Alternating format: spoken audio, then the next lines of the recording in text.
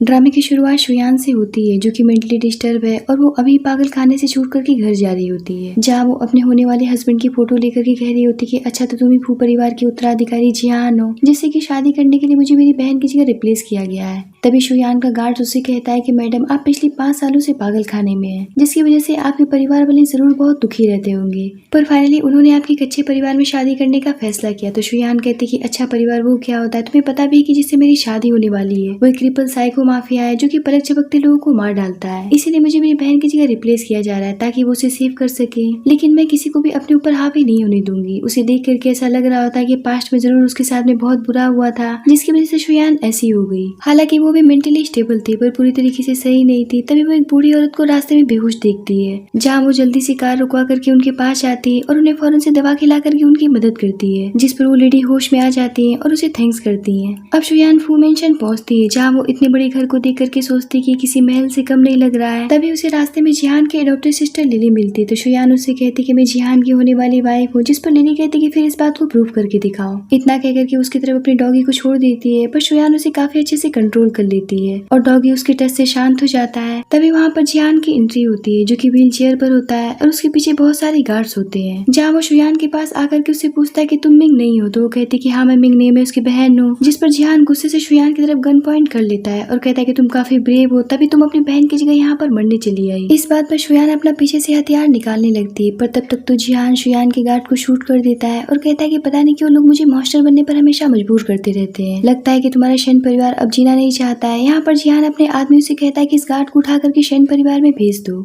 जिसके बाद जिहान शुयान से कहता है कि कहीं ऐसा ना हो कि अगला निशाना तुम बन जाओ, इसलिए चुपचाप से मेरे पीछे आओ। ये सुनकर के शुयान चुपचाप से उसे फॉलो करते हुए उसके पीछे चली जाती है और सोचती कि इंसान तो काफी खतरनाक है, इससे मुझे सतर्क रहना पड़ेगा। तब तक जिहान उसे अपने करीब खींच लेता है और कहता है कि क्या हुआ, क्या तुम अपने हस्बैंड को किस नहीं करना चाहोगी, जिस पर शुयान फौरन से उठ करके उससे दूर हो जाती है। तो जिहान कहता है कि क्या हुआ, मैं क्रिपल हूँ इसलिए तुम मुझसे दूर भाग रही हो और मुझे इग्नोर कर रही हो, जिस पर वो हंसते हुए कहती कि पता नहीं क्यों मुझे ऐसा लगता है कि आप अभी खड़े हो जाएंगे और चलने लगेंगे। इतना कह करके वो पागलों की तरह हंसने लगती है, लेकिन इस बात पर जिहान का एक्सप्रेशन बिल्कुल डार्क हो जाता है और वो कहता है कि तुम्हें ऐसा क्यों लगता है। तो कहती कि मैंने अस्पताल में कई लोगों को ऐसा करते हुए देखा है। इस बात पर जिहान एक डेंजरस स्माइल करता है और सच में फौरन से खड़ा हो जाता है और उससे कहता है कि तुम काफी दिलचस्प हो। तो वो उससे पूछती कि जो आपको बीमारी है उसका क्या होगा, अगर वो जल्दी ठीक नहीं हुआ तो आप मर जाएंगे, वैसे मैं आपका इलाज कर सकती हूँ। तो जिहान कहता है कि एक पागल लड़की भला किसी का इलाज कैसे कर सकती है, पर अब जब तुम मेरी पत्नी बन गई तो क्यों ना आज तुम पत्नी होने का कर्तव्य पूरा कर दो। इतना कह करके उसके करीब जाने लगता है। शुयान कहती कि आप क्या कर रहे हैं। तो जिहान कहता है कि मैं बस वही कर रहा हूँ जो कि एक हस्बैंड को करना चाहिए। ये सुनकर के शुयान सोचती कि मुझे अपने डर पर काबू करके आगे बढ़ना पड़ेगा। इतना कह करके वो उससे कहती है क्यों ना मैं ही इसे पूरा कर दूं, और वो उसे जानबूझ करके टच करने लगती है और सोचती कि इंसान मुझे खुद से दूर क्यों नहीं कर रहा है, कहीं मैं अपने जाल में तो नहीं फंस गई हूँ। तो जिहान कहता है कि क्या हो गया, तुम क्या सोचने लग गई। इतना कह करके वो पूरी तरीके से रेडी होकर के अपने जैकेट को निकाल देता है। ये देख करके तो शुयान डर जाती है और अपने हथियार को फिर से पीछे से निकालने लगती है,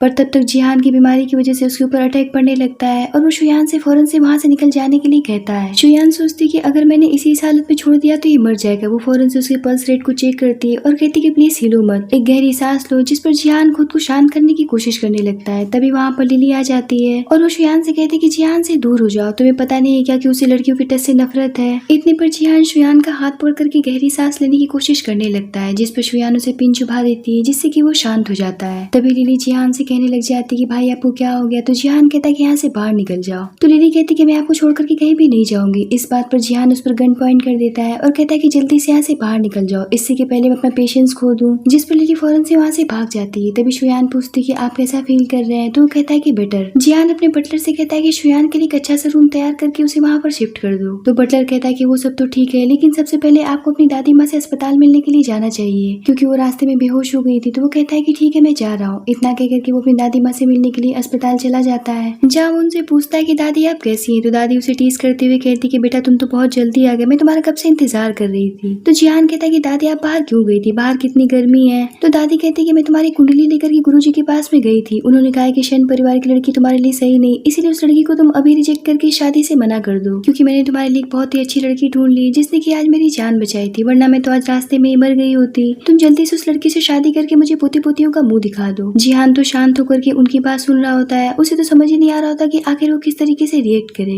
जहाँ दादी कहती कि अब मेरा मुंह क्या देख रहे हो, जल्दी से उस लड़की को ढूंढो, मैं तुम्हें 10 मिनट का समय देती हूँ। इस बात पर जिहान शॉक हो जाता है और कहता है कि दादी कुछ ज्यादा ही जल्दी नहीं हो गया? तो दादी कहती कि देखो तुम होगे खतरनाक माफिया इस दुनिया के लिए, पर मुझे तुम चरखा नहीं बढ़ा सकते हो। जितनी जल्दी हो सके उस लड़की को ढूंढ करके मेरे सामने ले आओ। तो वो कहता है कि अच्छा ठीक है दादी, आप नाराज मत हुई। जिसके बाद में दादी डिस्चार्ज होकर के घर चली जाती है।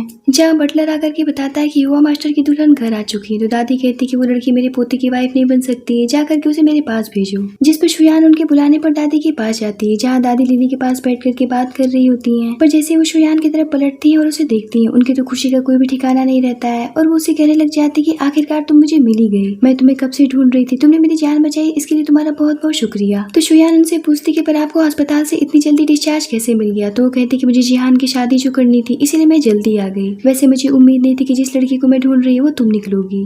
पर ये सब देख करके तो लिली की जेलसी का कोई भी ठिकाना नहीं रहता है। जहाँ दादी कहती कि शुयान कौन से कमरे में रह रही है, तो लिली बताती कि ये गेस्ट रूम में रहती है। तो दादी कहती है क्या बकवास है, इसे तो जिहान के रूम में रहना चाहिए और आज के बाद से तुम इसे शुयान नहीं कहोगी क्योंकि तुम्हारी भाभी है। और वो शुयान से कहती कि तुम हमारे घर की बहू हो, इसीलिए आज से तुम जिहान के रूम में रहोगी। इससे पहले कि शुयान इस बात के लिए मना कर पाती, दादी उसकी बातों को काट देती है। जिस पर शुयान उनसे बहस नहीं करती और कहती कि ठीक है मैं अपना सामान जिहान के रूम में शिफ्ट कर लेती हूँ। जिसके बाद में वो अपने आदमी को कॉल करके एक अंगूठी के बारे में पूछती है, जिस पर वो आदमी बताता है कि हमें अभी तक उस आदमी के बारे में कुछ भी पता नहीं चला है। तो शुयान कहती कि ठीक है इन्वेस्टिगेशन चालू रखो। यहाँ पर वो सोचने लग जाती है कि जब मैं छोटी थी तो मेरे माता पिता ने मुझे पहाड़ों और गाँव के बीच में रहने के लिए छोड़ दिया और जब मैं 18 साल की हुई तो मेरी सौतेली बहन ने मुझे किडनैप करवाया और मैंने एक अनजान आदमी के साथ में नाइट एक्सपेंड करके अपना इनोसेंस खो दिया। जिसके बाद मेरी सौतेली माँ ने मुझे पागल साबित करके मुझे पागल खाने भेज दिया। मैंने अपनी जिंदगी से सब कुछ खो दिया है। यहाँ पर शुयान अंदर से इतनी ज्यादा टूट चुकी होती कि वो एकदम पत्थर जैसी बन गई थी। दूसरी तरफ दादी माँ जिहान से कहती कि शुयान एक बहुत ही अच्छी लड़की है, उसके साथ में अच्छे से व्यवहार करना और आज से वो तुम्हारे रूम में रहेगी। जिहान इससे पहले कि इस बात के लिए मना कर पाता, दादी बीमारी का नाटक करने लगती है। जिहान को तो समझ ही नहीं आ रहा होता कि आखिर ये सब क्या चल रहा है। कुछ देर पहले तक दादी माँ शुयान को रिफ्यूज कर रही थी, अब उसके लिए ये सब कह रही है। यहाँ पर उसका एक्सप्रेशन बिल्कुल डेंजरस हो जाता है और वो सोचता है कि इतना इत्तेफाक कैसे हो सकता है कि वही लड़की निकली कि जिसने की दादी माँ की जान बचाई थी। अगर ये शुयान की कोई साजिश है तो मैं पहली फुर्सत में शुयान को ऊपर भेजूंगा क्योंकि मेरी दुनिया में माफी नाम की कोई भी चीज एग्जिस्ट नहीं करती है। इधर शुयान जिहान के रूम में सोई होती है और दर्दनाक पास्ट उसके सपने में फ्लैश हो रहा होता है, जिसे देख करके वो काफी डर जाती है और अपनी आंखें खोल देती है। जहाँ वो अपने सामने जिहान को पाती है और अपनी फीलिंग को सप्रेस करते हुए उससे कहती कि आपके कमरे में मुझे बहुत ही अच्छी नींद आई और वैसे आज मैं अपने घर जाना चाहती हूँ। तो जिहान कहता है कि मैं भी साथ में चलूंगा। इस बात पर शुयान सोचती कि भला ये इंसान मेरी इतनी चिंता कब से करने लग गया, मैं तो बस इसकी दुल्हन की सब्स्टिट्यूट हूँ, फिर ये मुझे रिजेक्ट क्यों नहीं कर रहा है। जहाँ शुयान जिहान से पूछती है कि आप सच में मेरे साथ चलना चाहते हैं, तो जिहान कहता है कि मैं ये सब बस अपनी दादी की वजह से कर रहा हूँ। बाय द वे अगर तुम मेरे साथ में नहीं चलना चाहते हो तुम अकेले जा सकती हो। तो शुयान कहते कि नहीं कोई बात नहीं, आप मेरे साथ में चल सकते हैं। इस बात पर जिहान उसे उसके घर लेकर के जाने लगता है। जहाँ शुयान की नजर जिहान के रिंग पर पड़ती है और वो सोचने लग जाती है कि ये अंगूठी तो बिल्कुल वैसी ही है जैसा कि 5 साल पहले उस अनजान इंसान ने मुझे दिया था। और यहाँ पर हमें पता चलता है कि उस रात जिहान ने शुयान के साथ में नाइट एक्सपेंड किया था। यहाँ पर वो सोचने लग जाती है कि मुझे जल्दी उस आदमी को ढूंढना पड़ेगा। इधर शुयान के स्टेप मदर इस बात से काफी खुश होती है कि उन्होंने अपने परिवार से शुयान जैसी कांटे को हमेशा के लिए फू परिवार में भेज दिया। जिस पर उनके हस्बैंड कहते कि हमने उसे वहाँ पर भेज तो दिया है पर उस अमीर परिवार को उसके गंदे अतीत के बारे में पता नहीं चलना चाहिए वरना जिहान हम सभी का काम तमाम कर देगा। तभी वहाँ पर जिहान आता है और कहता है कि किस अतीत की बात कर रहे हैं, आपने अपनी छोटी बेटी को बचाने के चक्कर में मेरे साथ में धोखा किया है। तभी शुयान की स्टेप मदर उसे देख करके कहती कि तुम्हारी हिम्मत भी कैसी हुई यहाँ पर आने की, और ये जंगली आदमी कौन है, क्या तुमने इसके साथ में भी नाइट एक्सपेंड कर लिया है? अगर तुम्हारे चक्कर में भू परिवार ने हमें निशाना बनाने की कोशिश की तो हमसे बुरा कोई भी नहीं होगा। जिस पर शुयान कहती कि आप लोग कैसा बकवास कर रहे हैं मेरे साथ में, ये तो मेरे हस्बैंड है जिसे आप लोगों ने मेरे लिए चुना था, जो कि भू परिवार के उत्तराधिकारी है। ये सुनकर के वहाँ पर मौजूद सभी का खून सूख जाता है और उसकी स्टेप मदर जिहान से माफी मांगते हुए कहती कि दामाद जी हमसे गलती हुई, प्लीज हमें माफ कर दीजिए। जहाँ मिंग भी सफाई देते हुए कहने लग जाती कि हम तो बस अपनी बहन को समझा रहे थे कि वो बाहर जाकर के दूसरे मर्दों के साथ में अपना मुंह ना मारे। इस बात पर जिहान उसे एक जोरदार थप्पड़ लगा देता है और कहता है कि तुम्हें क्या लगता है कि तुम मेरी वाइफ पर चिल्ला सकती हो और उसे नीचा दिखा सकती हो? ये मत भूलना कि वो मिसेस जिहान है। ये सुनकर के मिंग सोचती कि मैंने तो सुना था कि जिहान एक बहुत ही क्रूएल पर्सन है, फिर शुयान के लिए इतना सॉफ्ट हार्टेड कैसे हो गया? जहाँ जिहान पूछता है कि मैंने सुना है कि आप लोगों ने मेरी वाइफ के साथ में पास्ट में बहुत बुरा किया है और उससे भी जब आप लोगों का मन नहीं भरा तो उसे पागल खाने में भेज दिया और मेरे मत्थे एक पागल को मर दिया। तो उसके फादर कहते कि ऐसा नहीं है, शुयान पागल नहीं है। जहाँ उसकी स्टेप मदर भी कहने लग जाती कि इसे नींद न आने की बीमारी थी, इसीलिए हम इसका इलाज करने के लिए इसे हॉस्पिटल में एडमिट करवाए थे, वरना ये पागल हो जाती। अभी ये बिल्कुल ठीक है। जहाँ जिहान शुयान से पूछता है कि तुम्हारी नींद की बीमारी बिल्कुल ठीक हो गई, तो शुयान कहती कि हाँ मैं बिल्कुल ठीक हूँ। ये सुनकर के शुयान की फैमिली की जान में जान आती है। शुयान शुयान अपनी माँ से कहती कि मुझे आपसे कुछ बात करनी है। इतना कहकर के वो अपनी मदर को अपने साथ रूम में ले जाती है, जहाँ वो अपनी मदर से कहती कि आज मैं यहाँ पर सिर्फ अपना रिंग वापस लेने के लिए आई हूँ। अगर आप किसी तरीके की परेशानी नहीं चाहती तो फौरन से वो रिंग मुझे वापस कर दीजिए। जिस पर उसकी मदर कहती है क्या उस बकवास रिंग के पीछे मरी जा रही हो। तो कहती कि ये बात आप भी अच्छी तरीके से जानती कि आपके बेटे ने 5 साल पहले मेरी जिंदगी तबाह करके रख दी। अब बेहतर ये होगा कि वो रिंग मुझे वापस कर दीजिए, वरना मैं वो काम करूंगी जो कि आपने सपने में भी नहीं सोचा होगा। तो उसकी मदर कहती कि वो रिंग तुम्हारी बहन के पास में है। तो शुयान कहती कि ठीक है, मैं खुद से जाकर के ले लेती हूँ। इतना कहकर के वो वहाँ से चली जाती है। इधर मिंग जियान के सामने फ्रूट का ट्रे लेकर के जाती है। तभी जियान और शुयान दोनों की नजर मिंग के गले में पड़े हुए रिंग पर पड़ती है, जहाँ जियान उसके गले से वो फौरन से खींच करके उससे पूछता है कि तुम्हें कहाँ से मिला और तुम्हें किसने दिया। इस बात का मिंग के पास में कोई भी जवाब नहीं होता है। शुयान भी काफी हैरान होकर के देख रही होती है। यहाँ पर जियान काफी गुस्से से उससे पूछता है कि मैं तुमसे फिर से पूछ रहा हूँ कि ये रिंग तुम्हारे पास में कहाँ से आई। अब इस बात का मिंग के पास में कोई भी जवाब नहीं होता है, इसीलिए वो यहाँ पर झूठ बोलती है कि ये रिंग मुझे किसी स्पेशल ने दिया था। ये सुनकर के जियान सोचता है कि मैं कभी गलत नहीं होता, ये तो वही रिंग है जो कि मैंने उस रात एक लड़की को दिया था जिसके साथ में मैंने नाइट एक्सपेंड किया था। पर दुर्भाग्य की बात तो ये है कि मैं नशे में था और अंधेरा होने की वजह से मैं उसे नहीं देख पाया। तब से लेकर के आज तक मैंने उसे कितना ढूंढा, यहाँ तक कि मेरे टॉप सीक्रेट एजेंट तक उसे नहीं ढूंढ पाए। शायद वो जिंदा ही नहीं है। यहाँ पर वो मिंग से पूछता है कि क्या मैं जान सकता हूँ कि वो इंसान कौन है। तो वो कहती कि मुझे भी याद नहीं है, पर आप इसके बारे में इतना क्यों पूछ रहे हैं। ये सब सुनकर के शुयान सोचती है क्या मैं जिस इंसान को ढूंढ रही हूँ जिहान ही है। तब तक तो मिंग उससे पूछ पड़ती है क्या ये रिंग आपकी है। तो जिहान यहाँ पर झूठ बोलता है कि ऐसी रिंग मेरी दोस्त के पास में भी थी जो कि खो गई थी, उसने मुझसे ढूंढने के लिए कहा था। इतना कहकर के वो उस रिंग को मिंग की तरफ फेंक देता है। अब जिहान की बात को सुनकर के शुयान फिर से डिसअपॉइंट हो जाती है कि ये तो वो इंसान है ही नहीं। जहाँ मिंग जिहान से कहती है क्या मैं आपके दोस्त से मिल सकती हूँ। तो जिहान कहता है कि हाँ तुम मिल सकती हो, तुम शुयान के साथ में मेरे घर चल सकती हो। इतना कहकर के वो वहाँ से चला जाता है। तो मिंग शुयान से कहती है कि प्लीज मुझे माफ कर देना, मैं जानती हूँ कि ये रिंग तुम्हारी है, पर मुझे जिहान के सामने झूठ बोलना पड़ा। अगर तुम कहोगी तो मैं जिहान से सारी बातें बता दूंगी। तो शुयान कहती कि तुमसे तो मैं बाद में निपटूंगी। इतना कहकर के वो वहाँ से चली जाती है। जहाँ मिंग भी उसके साथ जिहान के घर जाती है और जिहान से पूछती है कि मैं आपके दोस्त से कब मिल सकती हूँ। तो जिहान कहता है कि मेरा दोस्त अब्रॉड में है, मैंने उसे आने के लिए कहा है, लेकिन उसे आने में 1 हफ्ते का समय लगेगा। तभी वहाँ पर डॉगी आता है और मिंग को देख करके भौंकने लगता है, जिसे देख करके मिंग डर करके जिहान को पकड़ लेती है। पर जिहान को उसकी टच से इतनी नफरत होती है कि वो उसे खुद से दूर करके वहाँ से चला जाता है।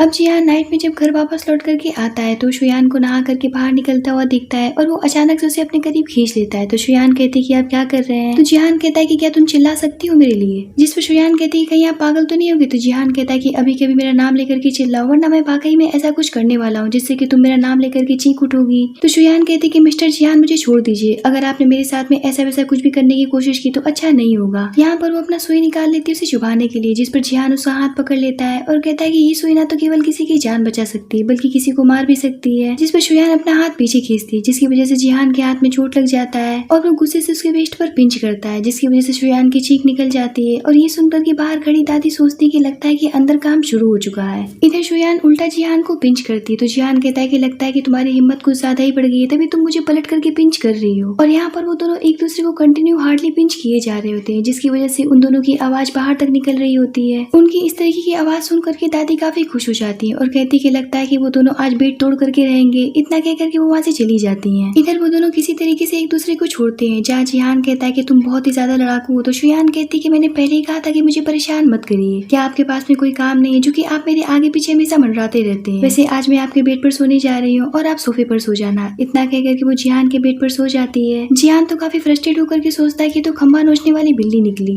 अगली सुबह जब शुयान की आंख खुलती तो वो टेबल पर एक नोट के साथ में एक ड्रेस को पाती है, जिसमें लिखा हुआ होता है कि दादी ने आज एक पार्टी रखी, तो इस ड्रेस को पहन करके शाम को पहुंच जाना। जिस पर शुयान शाम को रेडी होकर के पार्टी में ड्रिंक करते हुए पहुंचती है।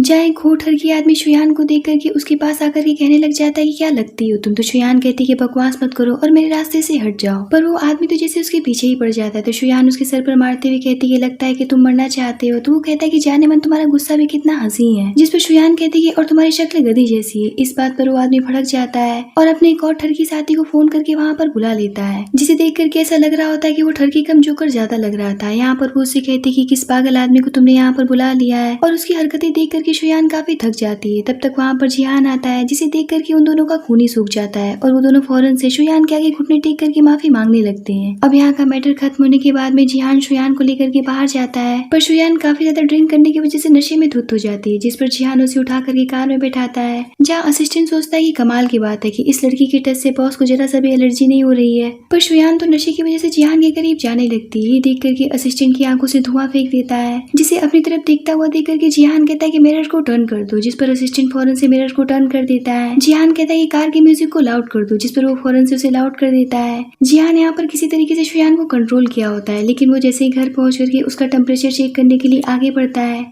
तो शुयान उसे अपने करीब खींच लेती है और उसके ऊपर टूट पड़ती है। तो जिहान कहता है कि ऐसे काम मत करो जिसकी वजह से मैं अपना कंट्रोल खो दूं और सुबह तुम्हें इस बात पर रिग्रेट फील हो। इतना कहकर के वो उसे उठा करके बाथटब में ले जाता है, जिस पर शुयान उसे टीज करते हुए कहती है क्या वो माफिया साहब, आप तो मेरे साथ में कुछ भी नहीं कर पा रहे। इतना कहकर के वो उसे अपने करीब खींच करके किस करने लगती है, जिस पर जिहान पीछे हटते हुए कहता है कि मैं वो इंसान नहीं हूँ जो कि तुम्हारे नशे का एंटीडोट बनूं, इसलिए अपना मुंह बंद करके रखो। तभी बाहर से कोई गेट नॉक करता है, जिस पर जिहान जब गेट ओपन करता है तो वो सामने लिली को पाता है, जहाँ लिली कहती है कि मैंने सुना है कि भाभी नशे में है, इसीलिए मैं उनके लिए हैंगओवर सूप लेकर के आई हूँ। इस बात पे जिहान के गुस्से का कोई भी ठिकाना नहीं रहता है। तो लिली उससे कहती है क्या मैंने आपको परेशान कर दिया। तो जिहान कहता है कि मैंने तुमसे कितनी बार कहा है कि मेरे रूम के आसपास किसी का भी आना अलाउ नहीं है, दोबारा से तुम मुझे यहाँ दिखना भी मत। इतना कह करके उसके मुंह पर दरवाजा बंद कर देता है, जिसकी वजह से सूप गिर जाता है और वो सोचने लग जाती है कि मैं 15 सालों से इस घर में रह रही हूँ, लेकिन आज तक मैं जिहान के दिल को नहीं जीत पाई। इधर जिहान जब वापस आता है तो वो देखता है कि शुयान सो चुकी थी, जहाँ वो उसे बहुत प्यार से टच करने लग जाता है। फिर वो अचानक से रुक जाता है क्योंकि वो नशे में उसका फायदा नहीं उठाना चाहता था और वो यहाँ पर उसे टॉवल से अच्छे से रैप करके बेडरूम तक ले जाता है और पूरी रात उसके सामने बैठा होता है। शुयान जब सुबह उठती है तो जिहान उससे कहता है कि कल रात तुम्हें बहुत तेज फीवर था, इसलिए मैंने तुम्हें कुछ दवा दी थी। शुयान यहाँ पर समझ जाती है कि जिहान पूरी रात उसके पीछे जागा है और उसी ने उसका ड्रेस भी चेंज किया था, लेकिन यहाँ पर वो उसे इस बात के लिए बहस नहीं करती, उल्टा उसे थैंक्स कहती है, जिस पर जिहान कहता है कि तुम्हें मुझे थैंक्स करने की कोई भी जरूरत नहीं है। इतना कहकर वो गुस्से से वहाँ से चला जाता है। शुयान सोचती कि आखिर ये कैसा इंसान है, कभी जेंटल हो जाता है तो कभी रूड हो जाता है। अब अगले दिन जिहान का दोस्त अब्रॉड से आता है जिसका नाम चेन है, जिससे कि उसने मिंग से मिलवाने के लिए कहा था। उसे देख करके शुयान सबसे पहले उससे पूछती है कि हम पहले कभी मिले हैं। तो चेन कहता है कि हम इससे पहले कभी भी नहीं मिले हैं। यहाँ पर शुयान को सिर्फ ये बात पता करनी थी कि अगर ये रिंग चेन का है तो ये वही लड़का है जिसके साथ में उसने 5 साल पहले नाइट एक्सपेंड किया था। जहाँ मिंग फौरन से वो रिंग चेन के हाथ में दे देती है, जिस पर चेन उस रिंग को काफी गौर से देखने लगता है। मिंग के तो दिल में लड्डू फूट रहा होता है कि काश के चेन उसे एक्सेप्ट कर लेता, पर जिहान यहाँ पर काफी ज्यादा डिस्टर्ब लग रहा होता है और वो मिंग से बेचैन होकर के फिर से पूछता है कि ये रिंग तुम्हें किसने दिया है, क्या तुम्हें कुछ याद है। जिस पर मिंग कहती है कि सच बताओ तो मुझे बिल्कुल भी याद नहीं है। तो चेन बोल पड़ता है कि भला ये रिंग तुम्हें कोई और कैसे दे सकता है, अब सच्चाई बताओगे ये तुम्हें कहाँ से मिला। इस बात का फिर से मिंग के पास में कोई भी जवाब नहीं होता है। जहाँ शुयान चेन से पूछती है क्या मैं जान सकती हूँ कि ये रिंग आपसे कब गुम हुई थी। तो बताता है कि ये रिंग 5 साल पहले एक होटल में मुझसे खो गया था। उस होटल का नाम सुन करके और 5 साल पहले की बात जान करके वो सोचती कि सारी सिचुएशन तो मुझसे मैच कर रही है। यहाँ पर वो मिंग से कहती कि तुमसे यहाँ पर बार बार पूछा जा रहा है कि ये रिंग तुम्हें कहाँ से मिला है, अब जल्दी से तुम यहाँ पर सबको बता दो, वरना तुम भी ये बात अच्छी तरीके से जानती हो कि अगर जिहान ने अपना पेशेंस खो दिया तो हमारे पूरे परिवार को बर्बाद कर सकता है। ये सुनकर के वो काफी डर जाती और सच बताने वाली होती, तब तक वहाँ पर उसकी मदर आकर के उसकी बातों को काट देती है और यहाँ पर उसकी झूठ को छुपाने के लिए मनगढ़ंत कहानी सुनाने लगती है और कहती कि मिस्टर चेन आपने मेरी नौकरानी के साथ में नाइट एक्सपेंड किया था जो कि मर गई और ये रिंग हमें दी गई। तो चेन कहता है कि क्या बकवास है, मैंने ऐसा कब कहा कि मैंने किसी के साथ में नाइट एक्सपेंड किया था, मैंने तो इतना कहा है कि रिंग मुझसे कहीं खो गया था। ये सुन करके और अपना झूठ पकड़ाता हुआ देख करके दोनों माँ बेटी वहाँ से भाग खड़ी होती हैं। जहाँ जिहान शुयान से पूछता है कि तुम भी तो उसी घर में रहती थी, क्या तुम इस बारे में कुछ जानती हो या फिर जो तुम्हारी स्टेप मदर कह रही थी वो सब कुछ सच है। तो शुयान कहती है कि मुझे इस बारे में कुछ भी नहीं पता है क्योंकि मैं पागल खाने में थी। इतना कह करके वो भी वहाँ से चली जाती है। जहाँ चेन जिहान से पूछता है कि क्या तुम्हें उनकी बातों पर यकीन है, तो वो कहता है कि पूरी तरीके से तो यकीन नहीं, पर मैं बहुत परेशान हूँ। यहाँ पर वो अपने दोस्त के जाने के बाद में हर तरीके की पॉसिबिलिटीज के बारे में सोचने लगता है और दिमाग पर काफी ज्यादा प्रेशर डालने लगता है, जिसकी वजह से वो पैनिक होने लगता है और फिर से उसे अटैक पड़ने लगता है। तभी वहाँ पर शुयान भाग करके आती और फौरन से उसका हाथ पकड़ करके कहती है घबराइए मत, मैं आपके पास में हूँ। इस बात पर जिहान उसे दूर ढकेलते हुए कहता है कि यहाँ से जितनी जल्दी हो सके चली जाओ, मैं तुम्हें हर्ट नहीं करना चाहता हूँ। जिस पर शुयान कहती कि मैं मानती हूँ कि आप मुझे पसंद नहीं करते, पर पत्नी होने के नाते मैं आपको इस हालत में अकेला छोड़ करके नहीं जा सकती हूँ। ये सुनकर के जिहान उसे बहुत गौर से देख करके सोचने लगता है कि आज तक इतने प्यार से उसके ऊपर किसी ने भी हक नहीं जताया है। जहाँ शुयान उसके नेक पर सुई चुभाती है, जिसकी वजह से जिहान सो जाता है। शुयान यहाँ पर सोचती कि आखिर इनके साथ में क्या प्रॉब्लम है। तभी वो देखती कि जिहान ने अपने हाथ को जख्मी कर लिया होता है, तो वो फौरन से उस पर बहुत प्यार से दवा लगाने लगती है। तभी जिहान उसके शोल्डर पर अपना सर रख करके नींद में बड़बड़ाने लगता है कि प्लीज मुझे माफ कर दो, मैंने बहुत गलत किया है। उसकी बातें सुनकर के शुयान सोचती कि इतना पावरफुल माफिया ने आखिर ऐसा क्या कर दिया है जिसकी वजह से वो इतनी गिल्ट में जी रहा है। इधर लिली दादी के पास आती है तो वो देखती कि दादी अपनी सारी संपत्ति शुयान और जिहान के नाम कर रही होती है। तो वो कहती कि आप ऐसा क्यों कर रही, अभी ये सब करने की क्या जरूरत है। तो दादी कहती कि तुम परेशान मत हो, तुम्हारी भाभी एक बहुत ही काइंड हार्टेड गर्ल है जो कि भविष्य में तुम्हारे साथ में अच्छा व्यवहार करेगी, और वैसे भी हमारे जैसे बूढ़ों की लाइफ का कोई भी ठिकाना नहीं होता है, कब क्या हो जाए, इसलिए मैंने समय रहते सब कर दिया। कुछ देर के बाद में एक मेड भाग करके शुयान के पास आती और बताती कि दादी को कुछ हो गया है। ये सुन करके तो काफी परेशान हो जाती और भागती हुई दादी के पास जाती है और उनकी कंडीशन देख करके उन्हें चेक करने के लिए आगे बढ़ती है, पर लिली उसे दादी के करीब नहीं जाने देती है। ऊपर से उसी के ऊपर सारा इल्जाम थोप देती है, कहते हुए कि इसी की बनाई हुई दवाई खा करके दादी का ये हालत हुआ है। तो शुयान कहती है क्या बकवास कर रही हो, मुझे दादी को चेक करने दो, पर लिली उसे किसी भी हालत में दादी को टच नहीं करने देती है। इतने पर वहाँ पर लिली का बुलाया हुआ डॉक्टर आता है और उन्हें चेक करके बताता है कि इन्हें ठंड लगने की वजह से तेज बुखार है। तो लिली पूछती है कि क्या इन्हें कुछ दिया नहीं गया है, तो डॉक्टर कहता है कि इन्हें कुछ भी ऐसा नहीं दिया गया है, मैं कुछ दवाई लिख करके देता हूँ जिसे प्रिपेयर करके इन्हें तुरंत पिलाना पड़ेगा जिससे कि ये ठीक हो जाएंगी। जहाँ बटलर उनके पर्चे के हिसाब से वो मेडिसिन तैयार करके लाता है, पर लिली जैसे ही उन्हें वो दवाई खिलाती दादी की हालत और भी ज्यादा बिगड़ने लगती और उनकी जिंदगी पर बनाती है। उनकी बिगड़ती हालत देख करके तो शुयान चौंक जाती है, जहाँ डॉक्टर चेक करके बताता है कि मुझे नहीं पता कि इनकी हालत इतनी सीरियस कैसे हो गई, लगता है कि इनकी दवाई के साथ में कुछ छेड़छाड़ किया गया है। तो लिली कहती है कि पहले तो आपने कहा था कि इन्हें ठंड लगी है, तो डॉक्टर सोचता है कि 20 साल के एक्सपीरियंस में मैंने आज तक ऐसा केस कभी भी नहीं देखा है, आखिर मुझसे इतनी बड़ी गलती कैसे हो गई। जियान डॉक्टर से पूछता है कि दादी ठीक तो हो जाएंगी, तो डॉक्टर कहता है कि कहना मुश्किल है। ये सुनकर के लिली फिर से फायर हो जाती है और शुयान के ऊपर फिर से सारा इल्जाम थोपने लगती है। तो शुयान कहती है कि मैंने ऐसा कुछ भी नहीं किया है, मैं अभी इनका पल्स रेट चेक करके सब कुछ बता दूंगी कि दादी को आखिर प्रॉब्लम क्या है, पर मेरे इलाज के बीच में किसी को भी दखल अंदाजी करने की परमिशन नहीं है। इतना कहकर के वो दादी को चेक करने लगती है और सोचती कि दादी को कौन निपटाना चाहता है, किसको इनके ऊपर जाने से फायदा हो सकता है।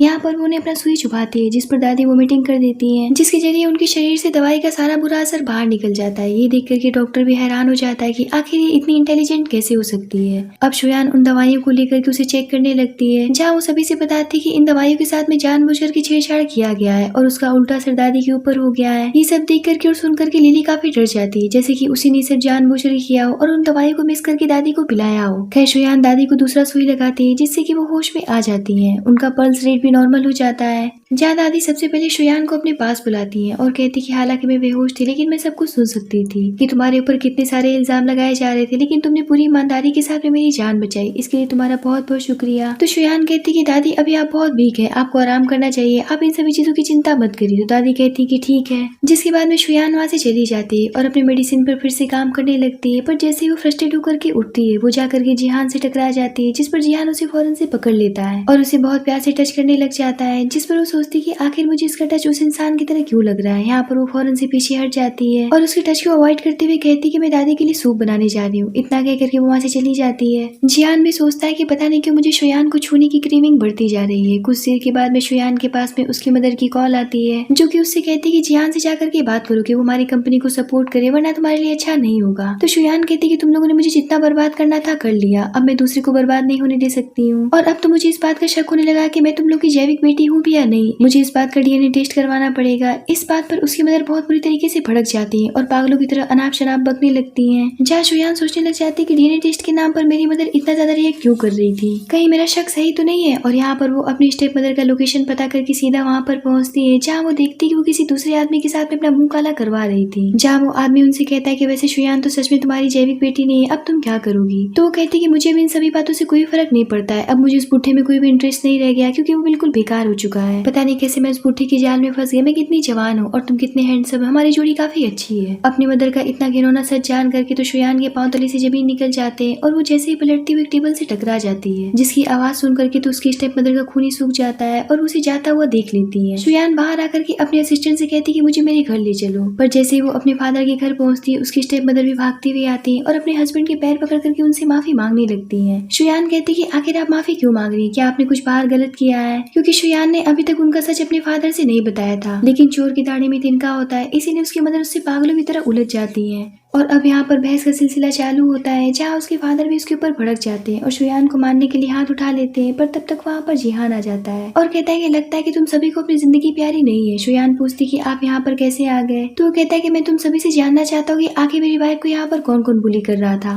ये सुनकर के तो शुयान काफी खुश हो जाती है, पर असिस्टेंट तो यहाँ पर आग में घी डाल करके एक में 4 बात लगा करके जिहान के सामने प्रेजेंट कर देता है कि कैसे भाभी को यहाँ पर सब बुली कर रहे थे और उन्हें परेशान कर रहे थे। ये सब सुन करके तो उसकी स्टेप मदर चिल्लाने लगती है और कहती है कि तुम्हारा असिस्टेंट तो काफी चुगलखोर निकला और एक नंबर उनका झूठा है। जियान कहता है कि जितनी जल्दी हो सके शुयान के सामने सभी घुटने टेक करके माफी मांग लो, वरना मरने के लिए तैयार रहना। इस बात पर उसकी स्टेप मदर भड़क जाती है और कहती है भला हम अपनी बेटी के सामने माफी क्यों मांगेंगे। जिस पर जियान गुस्से से कहता है कि वो आपकी बेटी थी पर अब वो मेरी वाइफ है और किसी को भी हक नहीं मेरी वाइफ की इंसल्ट करने की। ये सुनकर के शुयान सोचती है क्या ये मुझे सच में अपनी वाइफ मानता है या फिर वो परिवार का एक छोटा सा हिस्सा मानता है। जियान कहता है कि आज तो मैं तुम सभी को छोड़ रहा हूँ क्योंकि मैं अपनी वाइफ की फैमिली का हत्यारा नहीं बनना चाहता हूँ, लेकिन मेरे पेशेंस की भी एक लिमिट है, इसीलिए मुझे मॉन्स्टर बनने पर मजबूर मत करो। इतना कहकर के वो अपनी वाइफ का हाथ पकड़ता है और कहता है कि इसने पास्ट में चाहे कुछ भी किया हो, यहाँ तक कि अगर इसने किसी की जान भी ली हो, इस बात से मुझे कोई फर्क नहीं पड़ता है। अगर मेरी वाइफ को किसी ने भी हर्ट करने की कोशिश की तो मैं इस पूरी सिटी को बर्न कर सकता हूँ, फिर तुम लोग क्या चीज हो। इस बात पर शुयान तो उसे देखती ही रह जाती है जहाँ वो उसका हाथ पकड़ करके सबके सामने से उसे ले जाता है। शुयान अभी भी कार में बैठ करके उसे देख ही जा रही होती है तो जियान कहता है कि क्या मेरा फेस तुम्हें इतना पसंद आ गया है। इस बात पर शुयान नर्वस हो जाती है तो जियान कहता है कि मिसेस जियान तुम मुझे पूरी तरीके से देख सकती हो, तुम्हें चोरी छुप के देखने की मुझे कोई भी जरूरत नहीं है क्योंकि मैं तुम्हारा लीगली हस्बैंड हूँ। अगर तुम चाहो तो मुझे हर तरीके से देख सकती हो। इस बात पे शुयान शर्मा जाती है और कहती है आज मेरी मदद करने के लिए आपका बहुत बहुत शुक्रिया। अब घर जाने के बाद में दादी जियान से कहती कि बदमाश लड़के तुम्हारी शादी को 1 महीने से ऊपर हो गया है, आखिर शुयान अभी तक प्रेग्नेंट क्यों नहीं हुई, कहीं तुम्हारे अंदर कोई खराबी तो नहीं है। इस बात पर जियान का फेस एम्बैरेसमेंट से भर जाता है और वो कहता है कि दादी चुप भी करिए। तो दादी कहती कि तुम चुप रहो, मुझे लगता है कि कहीं तुम बास तो नहीं हो, इसलिए तुम्हें एक बार जाकर के हॉस्पिटल में चेकअप करवाना चाहिए। तो जियान कहता है कि दादी आप क्या बकवास कर रही है, मैं बिल्कुल ठीक हूँ, मुझे अस्पताल जाने की कोई भी जरूरत नहीं है। असिस्टेंट भी सोचने लग जाता है कि सब क्या सुनने के लिए मिल रहा है। जहाँ जियान कहता है कि हमारे हस्बैंड वाइफ का पर्सनल मैटर है, आखिर सबके सामने आप इन सभी चीजों के बारे में डिस्कस कैसे कर सकती हैं। जहाँ दादी शुयान की तरफ देख करके कहती कि तुम दोनों सिर्फ बेड ही तोड़ना, उसका रिजल्ट मत देना। ये सुन करके जियान के कान से धुआं फेंक देता है और वो वहाँ से भाग खड़ा होता है। अब दादी को क्या पता था कि वो दोनों बेड पर बेइंतहा लड़ते थे, ना कि प्यार करते थे। दादी से बात करने के बाद में शुयान एक प्लान बनाती है ताकि वो अपनी स्टेप मदर को एक्सपोज कर सके और यहाँ पर वो अपनी आवाज बदल करके अपनी स्टेप मदर की आवाज में उनके बॉयफ्रेंड से बात करने लगती है और जिसे ऐसा करता वो जियान देख लेता है और उसे यहाँ पर गलतफहमी हो जाती है और वो सोचता है कि आखिर किस आदमी से बात कर रही है। उसे इस तरीके से प्यार से बात करता हुआ देख करके तो जियान की जेलसी का कोई भी ठिकाना नहीं रहता है क्योंकि वो उसे होटल में बुला रही थी, पर वो जैसे ही फोन रखती है तो वो जियान को पीछे देख करके पूरी तरीके से चौंक जाती है। जहाँ जियान उसे क्लोजा करके कहता है कि मुझसे तो तुम हमेशा फाइट करती रहती हो, आखिर ये कौन आदमी है जो कि जीना नहीं चाहता है, जिससे कि तुम इतने प्यार से बात कर रही थी और तुम उससे कल मिलने के लिए भी जा रही हो। तो कहती है कि आपने मुझे इस टाइप की लड़की समझ रखा है। तो जियान कहता है कि मिसेस जियान तुमने मुझसे तो कभी हनीमून स्वीट का डिमांड नहीं किया, वरना मैं तुम्हें दिखाता कि आखिर हनीमून पर किया क्या जाता है। ये सुनकर के शुयान शर्म से पानी पानी हो जाती है और कहती कि आप बहुत ही बेशर्म इंसान हैं, आप चाहे तो मेरे साथ कल चल सकते हैं और अपने आँख से वो नजारा देख सकते हैं जिसके लिए मैंने प्लान बनाया है। तो जियान कहता है कि ठीक है, मैं भी देखना चाहता हूँ कि आखिर तुम कल क्या करने वाली हो। इतना कह करके वो वहाँ से चला जाता है। अब अगले दिन शुयान अपने फादर और अपनी सिस्टर को उस होटल में बुलाती है जहाँ की उसकी स्टेप मदर अपने बॉयफ्रेंड के साथ में थी।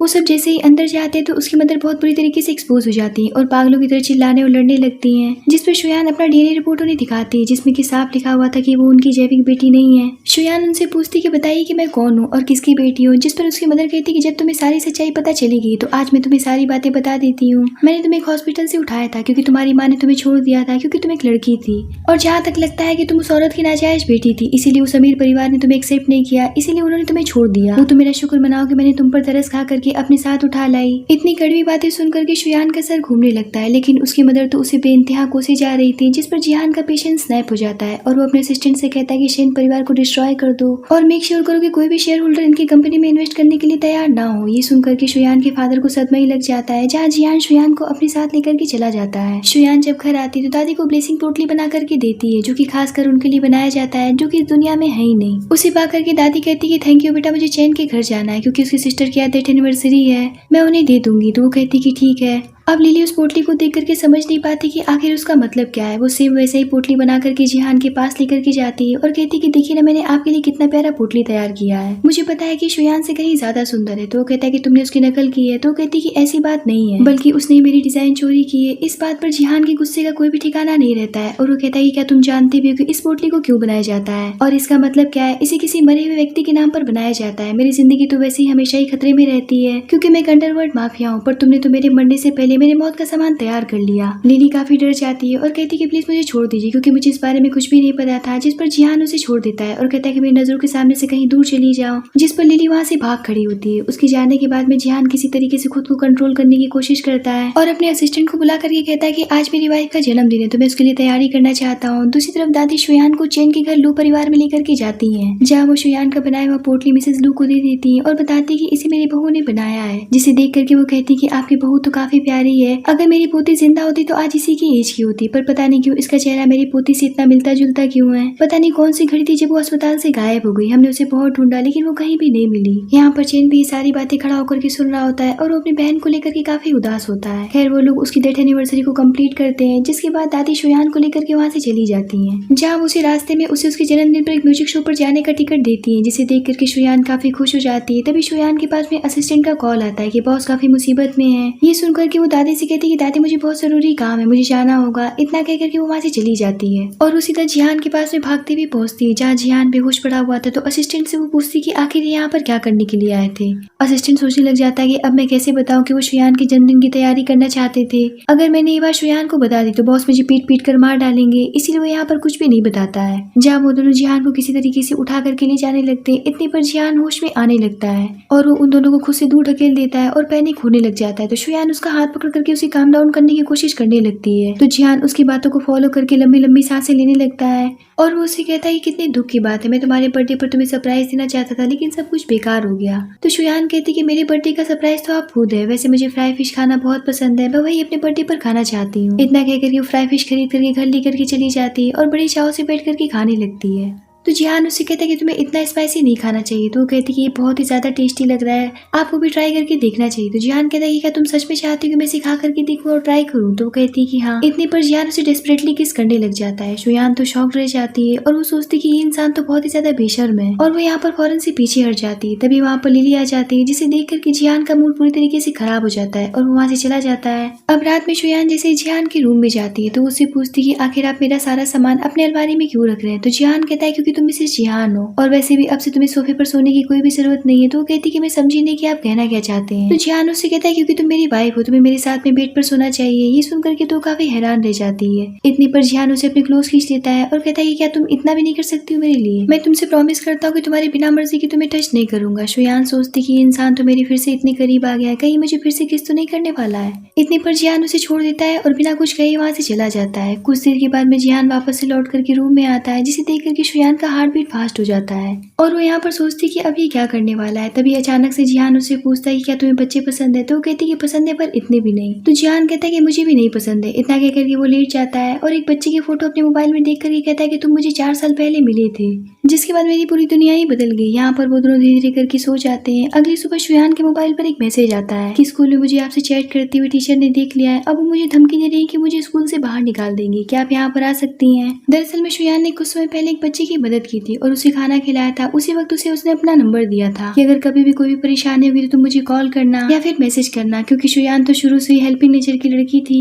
अब यहाँ पर शुयान हारो के बुलाने पर फौरन से स्कूल चली जाती है, जहाँ उसकी टीचर शुयान को उसकी मदद समझ करके बहुत बुरी तरीके से जलील करने लगती है और किसी मशीन की तरीके से उनका मुंह जलते ही जा रहा था, जिसे सुन करके शुयान का साइकोपन बढ़ने लगता है। एक मिनट के लिए तो ऐसा लगता है कि शुयान ने उनके मुंह पर पंच मार करके उसका मुंह फोड़ दिया हो, और वो खुद पर कंट्रोल करती है और हारो को बुला करके कहती है कि अब मैं आ गई हूँ तो मैं यहाँ पर सब कुछ ठीक कर दूंगी। जहाँ वो टीचर की तरफ मुड़ती है और कहती कि जितनी जल्दी हो सके अपना सामान उठाओ और इस स्कूल से दफा हो जाओ, दोबारा से यहाँ दिखना भी मत। इस बात पर वो टीचर हंसती हुई कहती कि आखिर तुम अपने आप को समझती क्या हो, तुम जानती भी हो कि इस स्कूल का ऑनर कौन है। तो शुयान कहती कि तुम्हारे जैसे लोग समाज के लिए हानिकारक होते हैं और वो यहाँ पर जिहान की वाइफ होने का पावर यूज करती है। इतने पर तो टीचर के पास में एक मैसेज आता है कि उसे स्कूल से निकाल दिया गया है। इस बात पर उस टीचर के पाँव तले से जमीन निकल जाता है और शुयान के सामने गिड़ाते हुए उससे माफी मांगने लगती है, पर शुयान उसकी एक बात नहीं सुनती और वहाँ से चली जाती है। जिसके बाद में वो हारू को लेकर के रेस्टोरेंट में जाती है, जहाँ दो लड़कियां उन्हें देख करके कहती है कि आपका बेटा बिल्कुल आपकी तरह दिखता है, ये बहुत ही ज्यादा प्यारा है। तो शुयान कहती कि मैं इसकी माँ नहीं हूँ, वैसे बहुत क्यूट है। तो कहती कि माफ करेगा, हमें ऐसा लगा। इतना कह करके वो दोनों वहाँ से चली जाती हैं। उनके जाने के बाद वो हारू से पूछती कि तुम्हारी माँ कहाँ है। तो बताता है कि पापा ने मुझे बताया है कि मेरी माँ इस दुनिया में नहीं रही, वो दूसरी दुनिया में चली गई है। पर जब मैंने अंकल से बात पूछा तो उन्होंने कहा कि मेरी माँ जिंदा है। तब से मुझे ऐसा लगता है कि एक दिन मेरी माँ मेरे पास वापस लौट करके जरूर आएंगी। उसकी ऐसी बातें सुनकर के शुयान को बहुत दुख होता है और वो कहती कि आई होप कि तुम्हारी मदर तुम्हें जल्दी ही मिल जाए।